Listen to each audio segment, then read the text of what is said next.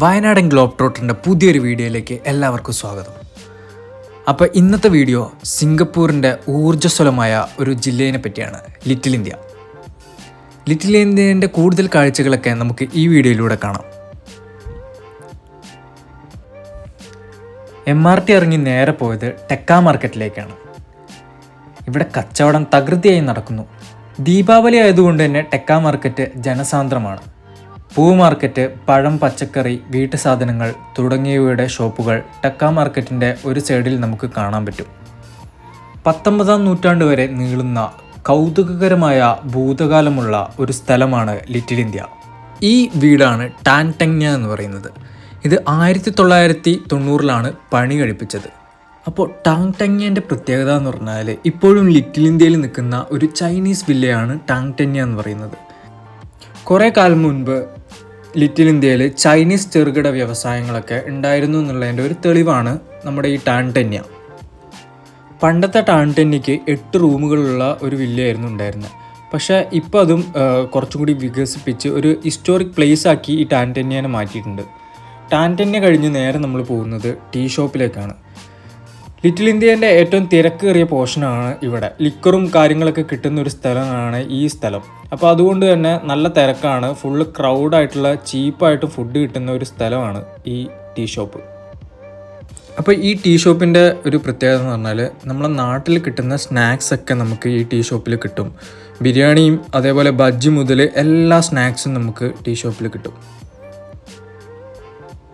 Little ഇന്ത്യയിൽ കുറേ റെസ്റ്റോറൻറ്റുകളുണ്ട് famous ആയിട്ടുള്ള. കോമള വില്ലാസ്, പിന്നെ ശകുന്തള, അഞ്ചാംപാറ ചെട്ടിനാട് റെസ്റ്റോറൻറ്റുകൾ തുടങ്ങിയവയൊക്കെ. അതേപോലെ തന്നെ ഫേമസ് ആണ് ടെക്ക സെൻറ്ററിലെ ഫുഡ് സ്റ്റാളും. ഞാൻ ഈ വീഡിയോ ഷൂട്ട് ചെയ്യുന്നത് ദീപാവലി ഫെസ്റ്റിവലിൻ്റെ ടൈമിലാണ്. അപ്പോൾ ദീപാവലി ഫെസ്റ്റിവൽ വില്ലേജിലേക്കാണ് ഇപ്പോൾ നമ്മൾ പോകുന്നത്.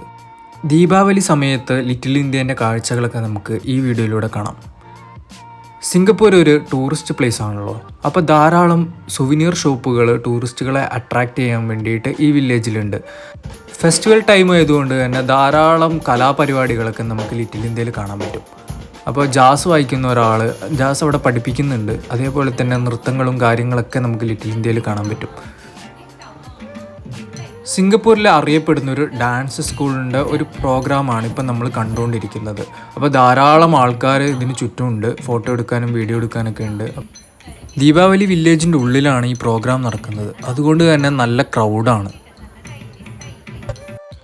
ലിറ്റിൽ ഇന്ത്യയിലേക്ക് വരുമ്പോൾ നമുക്ക് ധാരാളം ചുവർച്ചിത്രങ്ങൾ കാണാൻ പറ്റും. നല്ല അടിപൊളി കാഴ്ചയാണ് കേട്ടോ ചുവർച്ചിത്രങ്ങൾ. കുറേ ചുവർച്ചിത്രങ്ങൾ ഇവിടെ ഉണ്ട്.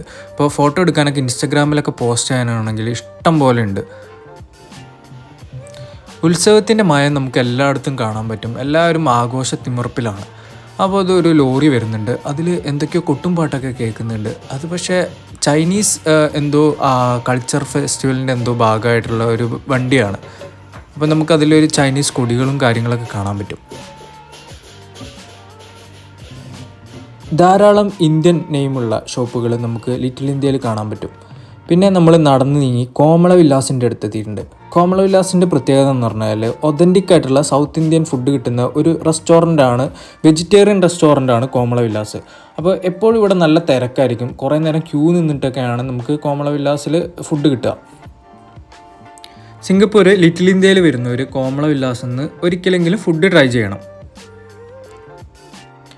ദീപാവലി ആയതുകൊണ്ട് തന്നെ രാത്രിയിലെ ലിറ്റിൽ ഇന്ത്യൻ്റെ കാഴ്ചകൾ നയനമനോഹരമാണ്. എല്ലായിടത്തും നമുക്ക് ഈ ലൈറ്റും കാര്യങ്ങളൊക്കെ കാണാൻ പറ്റും. നല്ല അടിപൊളിയാണ് കേട്ടോ. അപ്പോൾ ലിറ്റിൽ ഇന്ത്യയിൽ ദീപാവലിൻ്റെ സമയത്ത് ഇതേപോലെ ആയിരിക്കും റോഡുകളൊക്കെ കാണാൻ.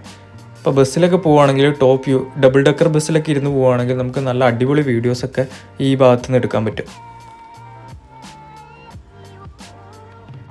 അടുത്ത നമ്മുടെ യാത്ര എന്ന് പറയുന്നത് സരംഗൂൺ റോഡിലുള്ള ശ്രീ വീരമ്മ കാളിയമ്മൻ ക്ഷേത്രമാണ്. സിംഗപ്പൂരിലെ ഏറ്റവും പഴക്കം ചെന്ന ക്ഷേത്രങ്ങളിലൊന്നാണ് ഈ ക്ഷേത്രം. ഇവിടെ ജോലി ചെയ്യാനും താമസിക്കാനൊക്കെ വന്ന ആൾക്കാരാണ് ഈ ക്ഷേത്രം പണി കഴിപ്പിച്ചത്. പിന്നെ ഇവിടുത്തെ ഒരു പ്രത്യേകത എന്ന് പറഞ്ഞാൽ ഈ ഒരു ക്ഷേത്രം ഇവിടുത്തെ ഇന്ത്യൻ സാമൂഹിക സാംസ്കാരിക പ്രവർത്തനങ്ങളുടെ ഒരു കേന്ദ്രമായിട്ട് തന്നെ മാറിയിട്ടുണ്ട്. 19-ാം നൂറ്റാണ്ടിൻ്റെ മധ്യത്തിൽ സിംഗപ്പൂരിൽ ഏകദേശം 13,000 ഇന്ത്യക്കാരുണ്ടായിരുന്നു എന്നാണ് കണക്ക്. അപ്പോൾ അതിൽ പലരും ഈ സരംഗൂൺ പ്രദേശത്തായിരുന്നു താമസിച്ചിരുന്നത്. അതിനാൽ തന്നെ ഈ പ്രദേശത്ത് ഒരു ആരാധനാലയത്തിൻ്റെ ആവശ്യം ഉയർന്നു വന്നതുകൊണ്ട് തന്നെയാണ് ഇവിടെ ഒരു ക്ഷേത്രം, വീരമ്മ കാളിയമ്മൻ ക്ഷേത്രം നിർമ്മിച്ചത്. വീരമ്മ കാളിയമ്മയാണ് ക്ഷേത്രത്തിലെ മുഖ്യ പ്രതിഷ്ഠ. തിന്മയെ ഉന്മൂലനം ചെയ്യുന്ന ഒരു ദേവതയായിട്ടാണ് ലിറ്റിൽ ഇന്ത്യക്കാർ ദേവിയെ കാണുന്നത്. ആദ്യകാലങ്ങളിൽ ക്ഷേത്രത്തിൻ്റെ ആരാധനകൾ കൊത്തുപണികളുള്ള ഒരു ചെറിയ ശ്രീകോവിലാണ് തുടങ്ങിയതെന്നാണ് പറയപ്പെടുന്നത്.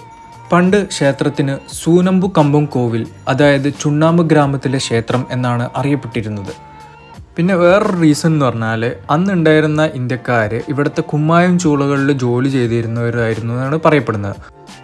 19ാം നൂറ്റാണ്ടിൻ്റെ അവസാനത്തോടെ തന്നെ ക്ഷേത്രത്തിൽ ദിവസേനയുള്ള ആരാധനയും പതിവ് മതപരമായ ചടങ്ങുകളൊക്കെ നടന്നിരുന്നു എന്നാണ് പറയപ്പെട്ടിരുന്നത്.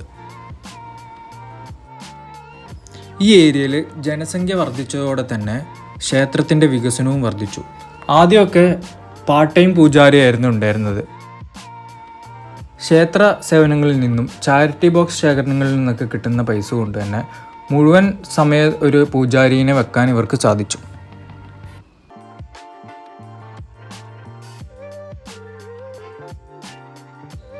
ക്ഷേത്രത്തോട് വിട പറഞ്ഞ് സിംഗപ്പൂരിൻ്റെ ലിറ്റിൽ ഇന്ത്യയിലെ നൈറ്റ് മാർക്കറ്റിലേക്കാണ് നമ്മൾ പോയത്. വഴി നീളെ ഇന്ത്യൻ നെയിമുകളുള്ള റെസ്റ്റോറൻറ്റുകളാണ് നമുക്ക് കാണാൻ പറ്റുക. എല്ലാ റെസ്റ്റോറൻറ്റുകളിലും അത്യാവശ്യം തിരക്കുകളൊക്കെ ഉണ്ട്. കാരണം ഫെസ്റ്റിവൽ ടൈം ആയതുകൊണ്ട് തന്നെ റോഡ് സൈഡിലും എല്ലാം ആൾക്കാരുടെ ഒരു ക്രൗഡ് തന്നെ നമുക്ക് കാണാൻ പറ്റും. 2013 ഡിസംബർ 8 ഒരു അപകടത്തെ തുടർന്നിട്ട് ഇവിടെ ഒരു കലാപം തന്നെ ഉണ്ടായിട്ടുണ്ട്. അപ്പോൾ ഈ കലാപത്തിൽ ഏകദേശം 300ഓളം കുടിയേറ്റ തൊഴിലാളികൾ ഉൾപ്പെട്ടിരുന്നു എന്നാണ് പറയപ്പെടുന്നത്. 3 മണിക്കൂറോളം നീണ്ടു നിന്നിട്ടുണ്ട് ഈ കലാപം ഇവിടെ. പിന്നെ ലിറ്റിൽ ഇന്ത്യൻ്റെ വേറൊരു അട്രാക്ഷനാണ് മുസ്തഫ സെൻറ്റർ എന്ന് പറയുന്നത്. മുസ്തഫ സെൻറ്ററിൻ്റെ പ്രത്യേകത എന്ന് വെച്ചാൽ ഉപ്പ് തൊട്ട് കർപ്പൂരം വരെ നമുക്ക് മുസ്തഫ സെൻറ്ററിൽ കിട്ടും. A to Z ഷോപ്പിംഗ് സാധനം ഈ വലിയൊരു കോംപ്ലക്സിൽ നമുക്ക് കിട്ടും.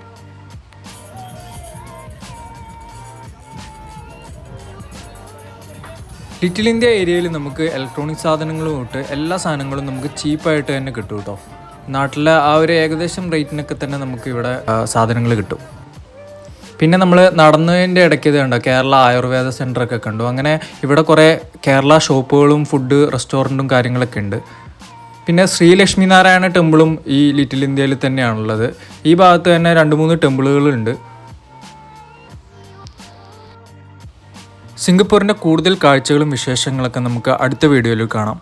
ചാനൽ ആദ്യമായിട്ട് കാണുകയാണെങ്കിൽ സബ്സ്ക്രൈബ് ചെയ്യുക, ഷെയർ ചെയ്യുക, കമൻറ്റ് ചെയ്യുക.